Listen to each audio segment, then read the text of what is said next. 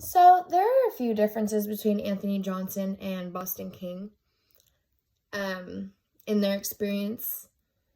So Anthony Johnson wasn't a slave at first. He was an indentured servant, which is a little different. So in about early on, he was captured and brought over to Jamestown, where he married his wife, and they were able to gain land. They both came over as laborers. They owned tobacco plantations, and they gained freedom because they came as indentured servants. And once their contract was up, they gained freedom, and they bought their own laborers and got involved in the tobacco trade. This is different from Boston King because Boston King went through a lot of hardships as a slave. He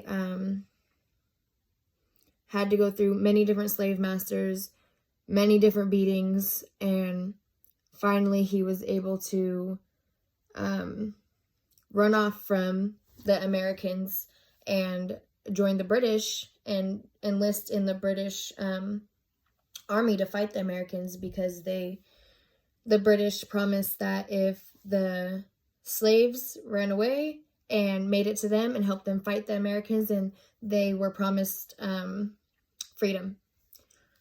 So, that being said, the experiences of the enslaved people in South Carolina during the American Revolution were kind of similar, I would say, to Boston King's journey and his story. The British definitely treated the enslaved people that made it to them a lot better than the Americans did. They paid them, which was a huge difference, because as slaves, obviously, you were not paid. They were able to make a little bit of money to survive, and with the hopes of freedom, that really kept them going. So that was different from Anthony Johnson, where he was an indentured servant and he was able to start as a laborer and then gain all of these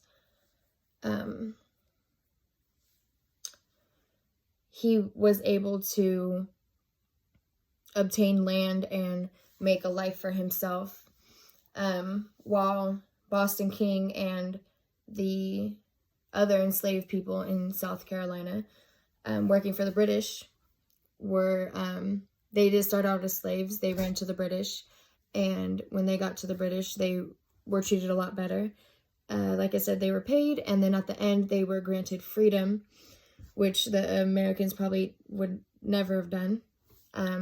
But they got their freedom, and then they were even granted some land, and they were able to make huts for themselves before the harsh winter came. And